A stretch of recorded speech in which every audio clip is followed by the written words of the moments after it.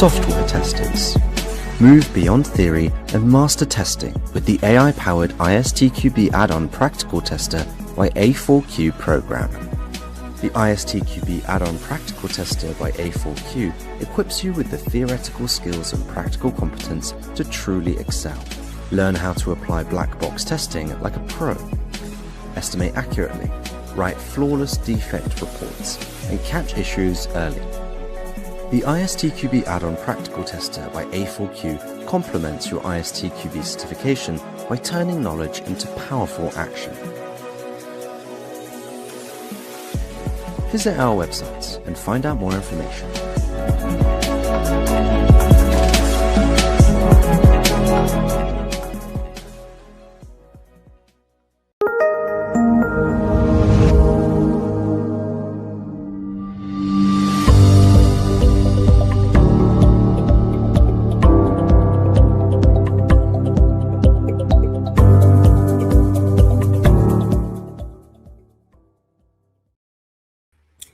Hello everyone, my name is Atef Amlashi and I'm very happy to be your host at A4Q Testing Summit. Thank you for joining us as we bring together the global testing community for 2 days of knowledge sharing, practical insights and discussions around software testing and quality engineering.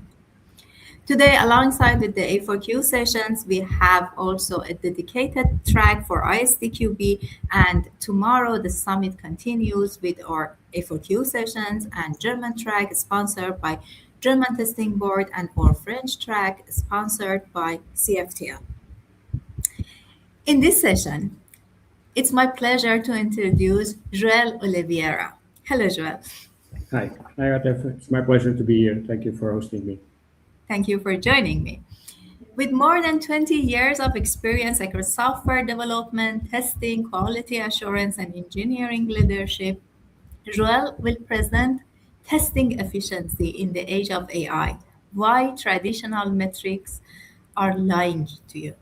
Interesting. In this session, he will explore how AI is changing software development and why traditional testing metrics may no longer give us the right picture of quality and efficiency in an AI-driven world.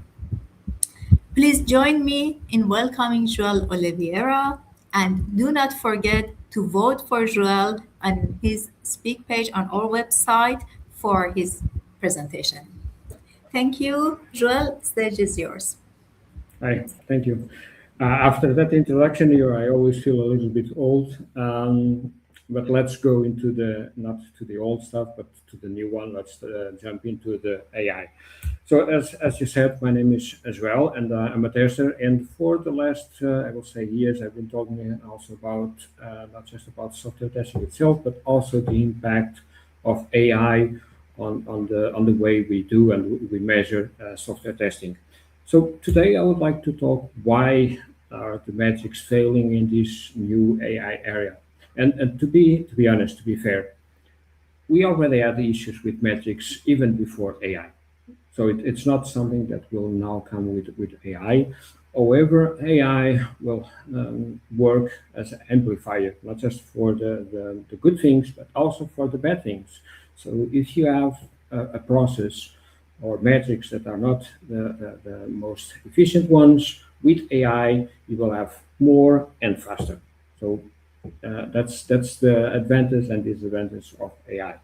So moving to AI, and if I ask, probably if you are using AI for software development, for software testing, I will dare to say that most of you are doing that. If it was a face-to-face conference, I will say that probably more than 80% will raise your hand and saying, yes, we are already using AI, and especially Gen AI, for software development and for software testing. But my second question will be, are you still measuring testing like you did before? And I dare to say that most probably the same persons will still raise their hand, for more than 80% saying, yes, we are still measuring testing like we did before. So AI changed something, but we are still using the old process, the old metrics. So AI actually changed a lot. It changed. It is still changing the way we build software. It's not the end of the path yet. It's not the end of the process. So right now, today, AI generates code in seconds, a huge amount of code. And this also allows us to increase the delivery speed dramatically, um, like we never saw before. We are still adapting to these changes, and we are getting new changes.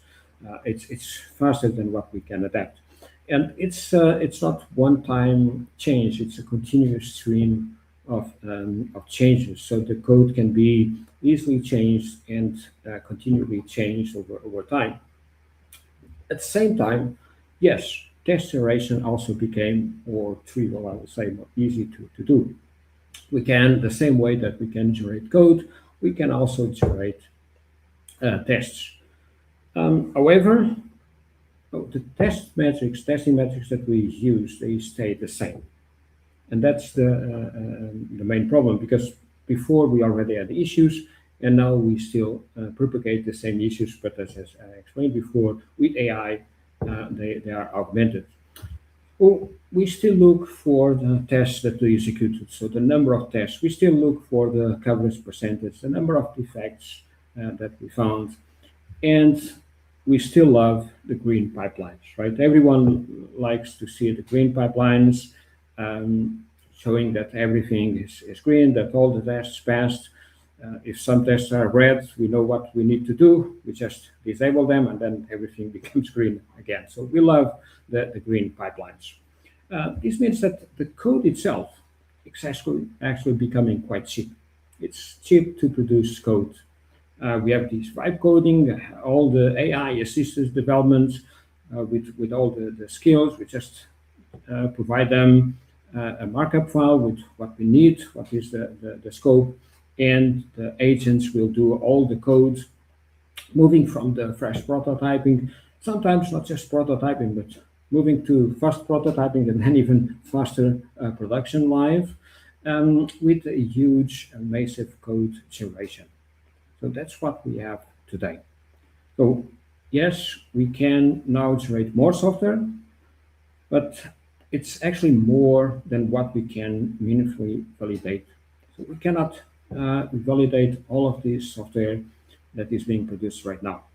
So we have a huge deficit between the software that is being produced and what we can actually validate. So even if before we already had that last step where we had to validate all the software, or even if it was a smaller chunks like in sprints, we always had a huge amount of software to validate in a very short time.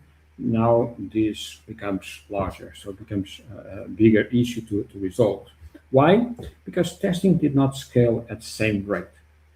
So the code generation, the pipelines, the release frequency, the test creation, all of that evolved, and it's now at a higher rate. But test creation and the validation that we need to do, that's two different things. So it didn't, even if we are able to generate the tests, we are not able to compete with the speed that all the remaining steps are bringing to the game. So it didn't scale at the same rate.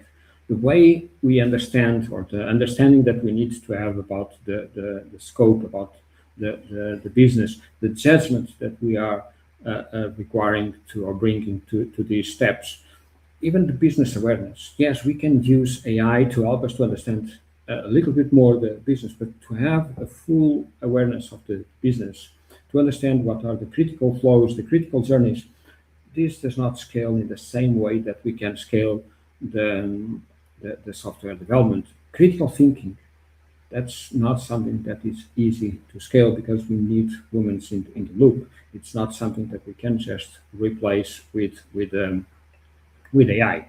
So yes, AI scales the output.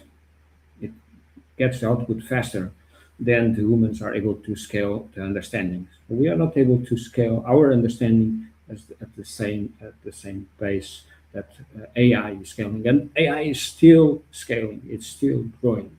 Right now, the speed is already amazing, but what we can expect in the near future. We are not talking in the long-term future. In the near future, we can expect that AI becomes faster and also better on these kind of tasks. So code is becoming quite cheap, but at the same time, the confidence is becoming quite expensive. So the confidence that we are bringing, that we are able to bring, because the size of the code and the changes in the code are becoming more frequent. That means also that this confidence and the effort that we need to achieve the same level of confidence is growing. So we have this a huge cost right now in this cycle. So the bottleneck moved from the production of the software to the actual understanding and confidence of what the software is doing. So that's where the bottleneck is currently in our pipelines. So we actually optimized all the activities from reviewing the requirements, from optimizing the requirements, from creating the ideas, creating the prototypes, creating the source code, and then moving to the test ideas, to the test scripts. We optimized all those activities, but we didn't optimize the outcomes. So we are still looking for the tests executed. We are still looking for the automation coverage. We are still looking for the pipelines that needs to be green. We are still counting the number of defects. And all of these we were able to improve. So we were able to improve the metrics. The numbers look good. But does it mean that our confidence also improved? Or we just improved the metrics? Well, this is called the illusion of control, right? It's quite common to see teams saying, oh, we have thousands of tests executed. We have green dashboards all over the place. However, we still have production issues. We still have production incidents. We still have calls in the middle of the night because something is crashing in production. So how come is this possible? We are in control. We have all the tests executed. We have thousands of tests. We have more tests than what we can control. And we have all these very nice green dashboards showing that everything passed. But we are still finding issues in production. So this is what I called the vanity metrics, right? And AI makes it really easy to produce these vanity metrics where we feel like we are in control, but actually we are not. We have so much noise that we are no longer in control. We have AI-generated tests. We have these generated assertions. We have the inflation of the coverage because it's quite easy now to generate more and more tests that will increase our coverage. And AI can actually automate all these activities, all these metrics, all this noise. So it's noise at scale. Everything that is being produced just increase the number and the level of noise that we need to deal with. We are not talking about value. We are talking about noise, and we are capturing that noise with our vanity metrics. And everything looks good.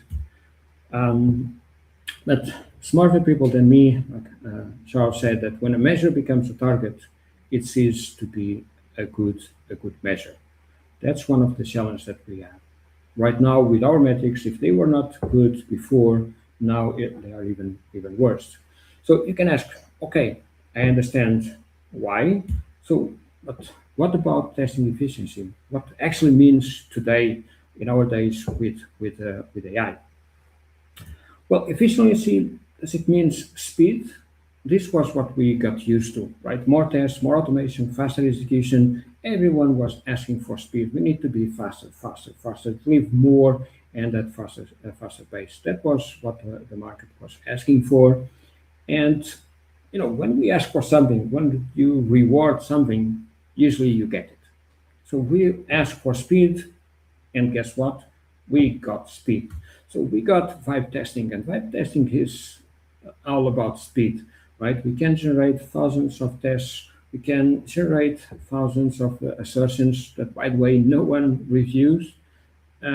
We have these pipelines that no one believes on them, and when they fail, they say, "Well, it's normal," and when it should not be normal. But they say, "Yeah, they fail frequently." And again, frequently is normal. It's not the same thing. But we tend to see that this frequently failure as something that is normal because the pipelines were generated. That should not be the case because then we lose the trust on these pipelines. And we also have a huge amount of automation without any intent, without any purpose. We see, and it's quite frequent to face this with, in the different conferences all over the world. It's frequent to see automation testers say, "Oh, we did this automation. Why?" I said, "Because we can. It's free." No, it's not free, and we should not automate just because we can. We should automate because there is a purpose. There is added value that we are bringing with automation. Unfortunately, with AI and with vibe testing, we are seeing this explosion of automated tests, even more than what we saw before. But that is that speed being translated into value?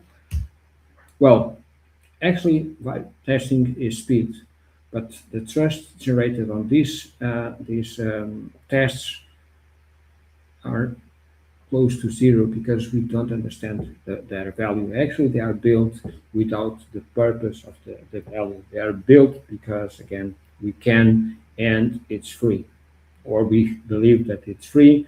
I have a different opinion on this. It's not free at all.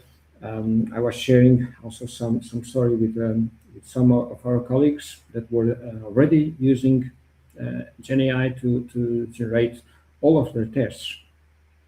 And when I asked if it was cheaper, the answer was straight up. They said, "No, it's not cheaper. When you calculate everything, it's not cheaper." Yes, in the first instance, it's faster, but faster and cheaper or better are different things. So at this moment, we have fast feedback, but this fast feedback is useless if the feedback that we are getting is wrong or if it's without any value. So we are focused still on the quantity, believing that it means assurance. We are still looking for speed, believing that it means quality. We are looking for automation, believing that we are getting value.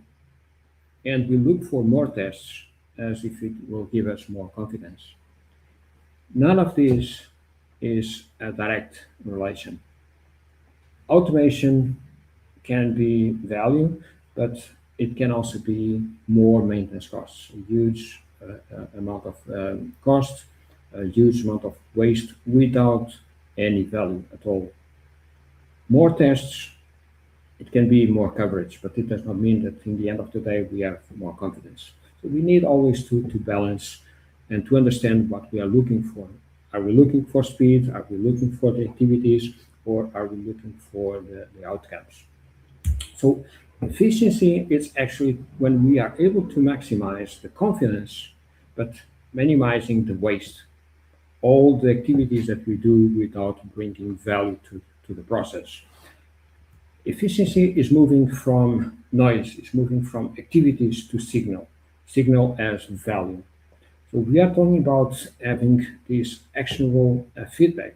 So feedback that we can actually do something with it. We are talking about early risk detection. They'll say, "Well, nothing new," and it's true, nothing new. We are talking about shifting left, right?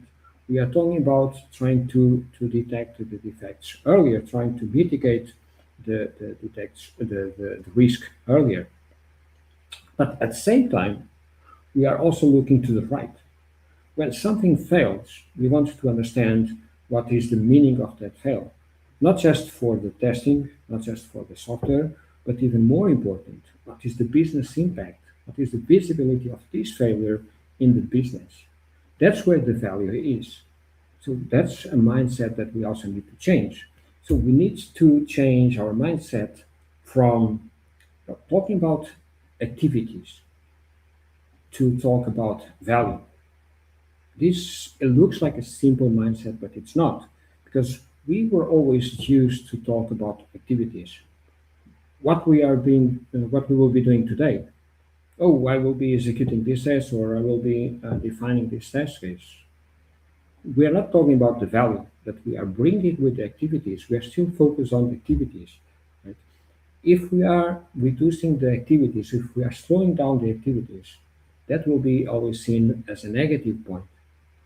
The focus is not on the value that we are bringing, but on the activities that we are doing. Right? We all remember these situations where you have a dashboard with the number of test cases executed by day or by the team or by person that is even worse, right? Without taking in consideration the actual value that that test is bringing. So is it better to have 10 tests executed without any value, or one single test executed with high value to the business? The test that is validating that critical journey for the business.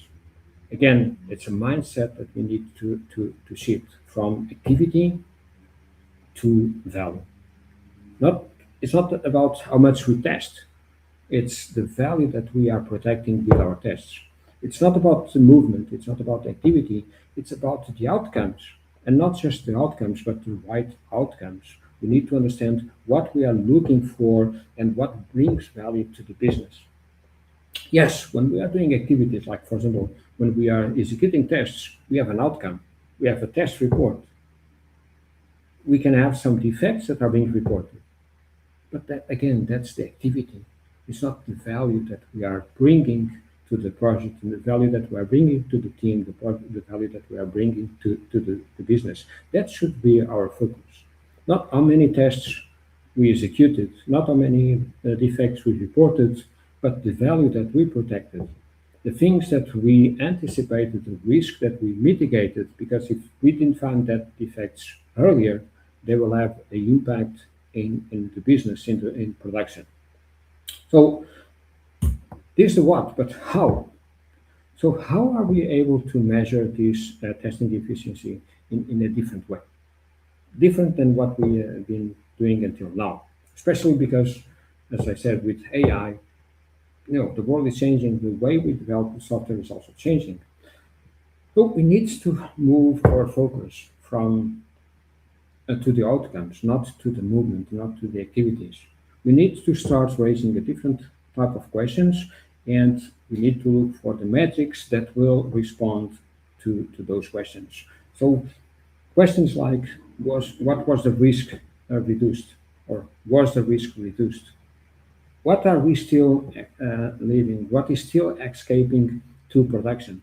And of course, how can we improve our process to make sure that on the next iteration we don't leave these defects to escape again? What changed because of testing? It's not what we are doing as part of the testing, it's what really changed. Did we reduce the risk? Did we increase the business income? Did we increase the customer satisfaction? What was our impact? And we have a larger impact than what we believe. We are not just gatekeepers, we can be much more than that. So, another question is, what did we learn earlier? Again, trying to learn earlier, moving the shift left. It's again quite important. But not just moving to the unit tests. That's sometimes what we understand by shift left. But trying to anticipate risks, try to learn earlier. Because if we don't learn earlier, we know what will happen. We will learn later when it goes to production. And then we understand, oh, we missed this. Now we know, now we learn. But usually with a huge invoice, so the cost is much, much higher. So we need to work on the metrics that will help us to answer to these questions. Metrics that will help us to increase the confidence. So to understand how our testing is actually predicting and anticipating the real production behavior. Using metrics like the defect escape rate, MTTR, and for example, the reopen rate, but also looking for different metrics like the risk exposure trend to understand if cycle after cycle, release after release, we are reducing our exposure to the risk. Are we getting better? Are we mitigating the risk earlier, or are we still leaving that risk to be mitigated or to be um, actionable in production? Other metrics that we fail to look for, it's what we cannot see. So we tend to look for the defects that we are finding in production, but we fail to understand the value of the defects that we are not seeing in production because we are finding them earlier. So to be able to correlate the production incidents or the lack of production incidents also with our activities in software testing, if we are investing more effort, more time testing a specific component, and then we are able to see that that specific component is increasing our confidence when it goes to production because we are seeing less and less defects. We tend to look always for the number of defects, not for the defects that we are not seeing. So all these metrics will help us to increase the confidence that we are doing it better and better cycle after cycle, that we are able to respond with, for example, with the MTTR. We are improving our response time, but we are also improving our quality of the response with the reopen rate. So if we respond fast and the reopen rate is low, it means that we are improving not just our capacity to resolve, but also the quality of resolution. So that's one point of view for the confidence metrics. But we also have feedback quality metrics. How fast, how reliable is our testing? And if the feedback that we are getting is actually something that we can act on it. We tend to look for the test execution, especially when we are talking about automated tests. How can we optimize the test execution? How fast can we have the test executed? Again, test execution is the activity. What we want to measure, it's not how fast we can execute, it's how fast can we actually execute and get a meaningful feedback out of that execution. Just the execution itself, it's an activity, it's noise, it's not the signal, it's not the value. We also need to look for false positive rates, especially with AI. And that's quite frequent. So we need to reduce the false positives to make sure that our tests are reliable, that are finding real defects, not just running a huge amount of tests without finding these positive defects, and making sure that they're reliable. The flaky tests that we had before now can be even worse. So we need to make sure that we keep this also in control. And when they fail, we need to be able to raise an action. We need to be able to act on it, not just ignore the failure and try to run again and say, oh, yeah, it's a flaky test, so it will always fail. So those are also one set of metrics. But we also need to look for the business.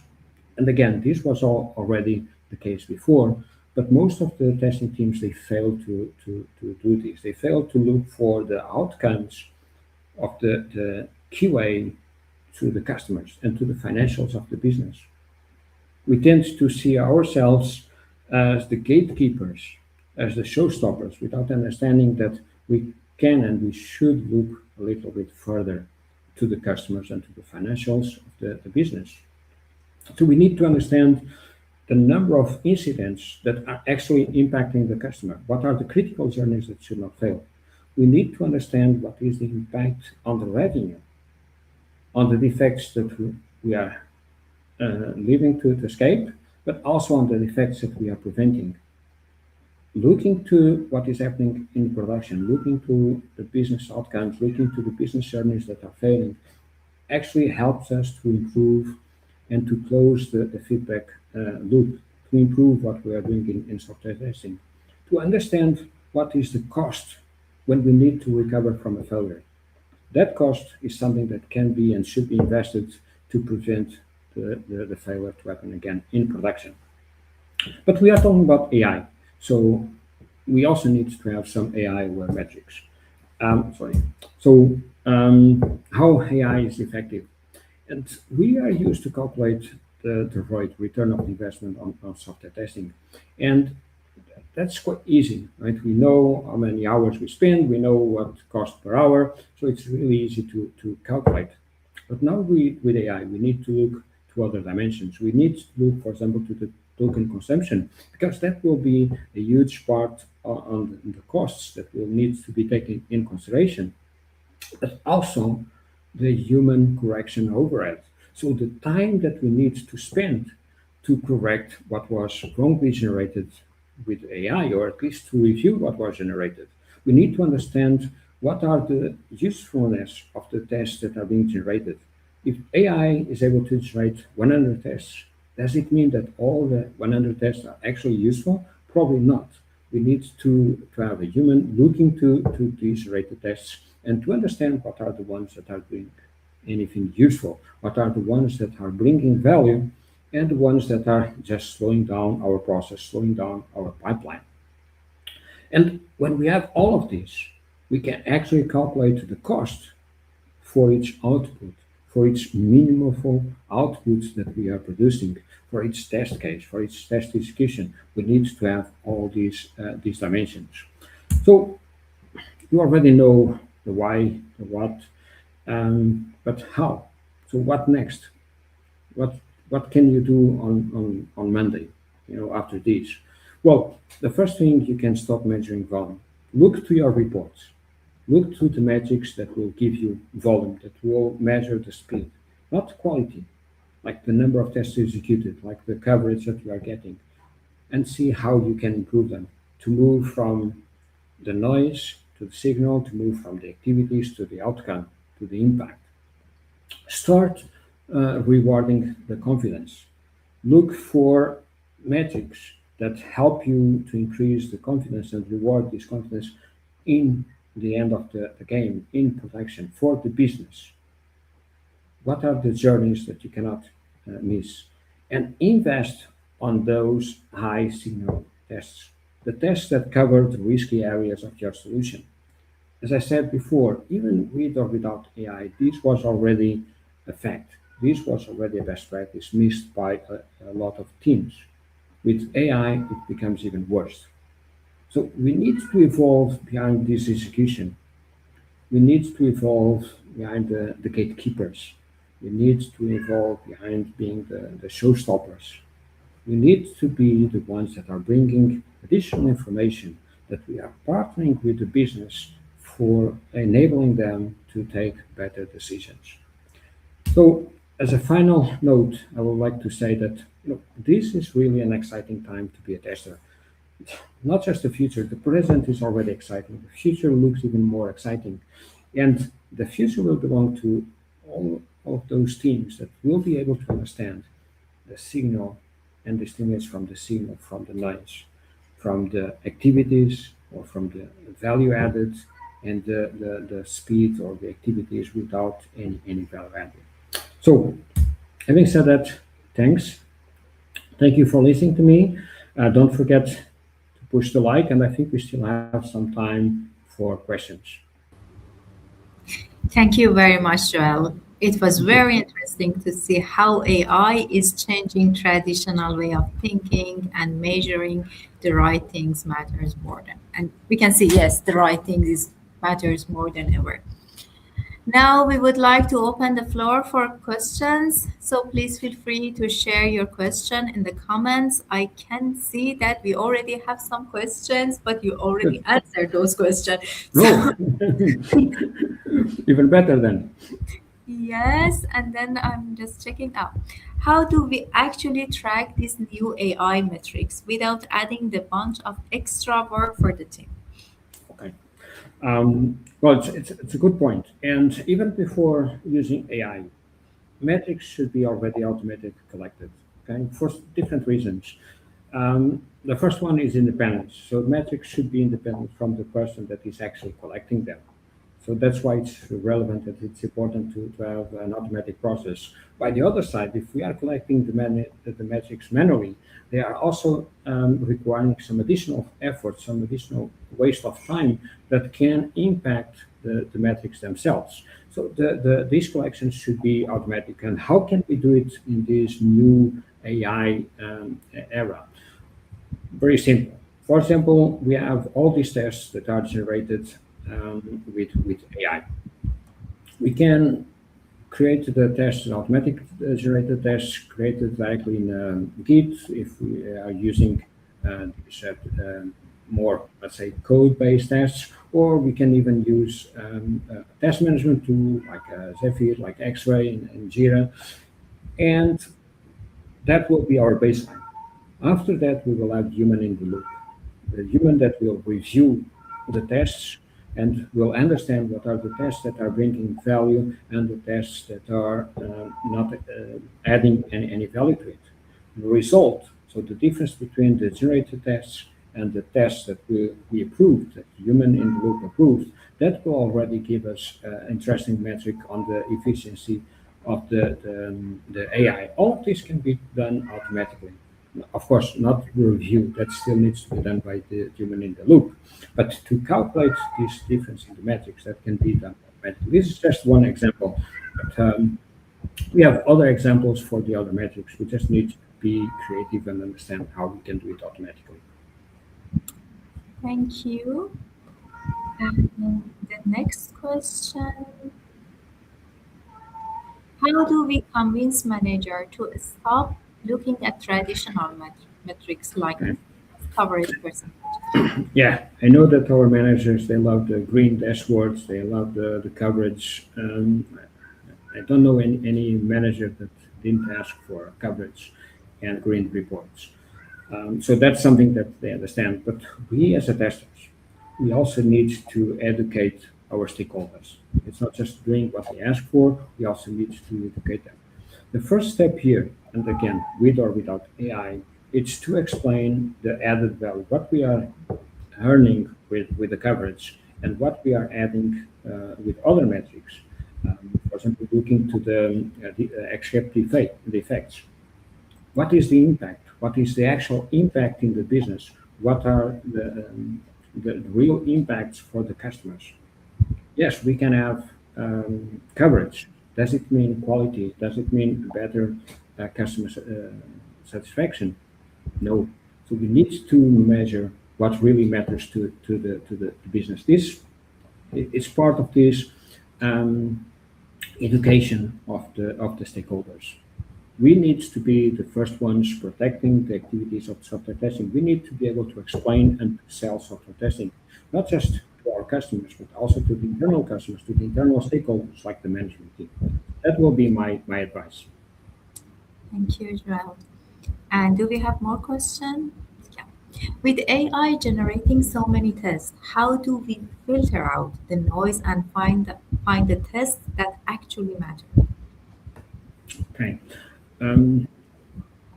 Well, again, we already know the answer as a testers. With AI, we need to have a mindset shift. So we need to move from the ones that are executing to the ones that are reviewing and approving the test case. That's something that we need to do with AI because we have a huge amount of artifacts that can be produced very easily, very fast. But we know how to handle this high volume. We already handled that before. We know that exhaustive testing is impossible. So we need to prioritize. We need to use techniques like, for example, risk-based testing to understand what is really critical for the business. Again, it's not for the tests. It's not for the quantity. It's not for the coverage. It's for the business.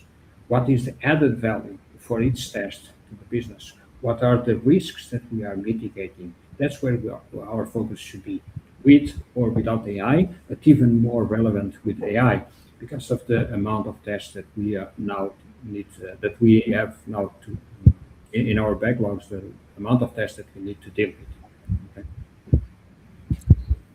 Thank you, Joel. Thank you very much. A quick reminder, if you join Joel's presentation, don't forget to vote for him by scanning the QR code or going to the talk page, the presentation page at our website.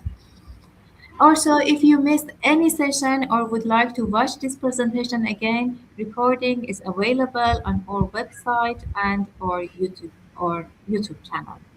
Thank you everyone for joining. Thank you, Joel, again. Thank you. Enjoy the rest of A4Q testing summit. Thank you. Bye-bye.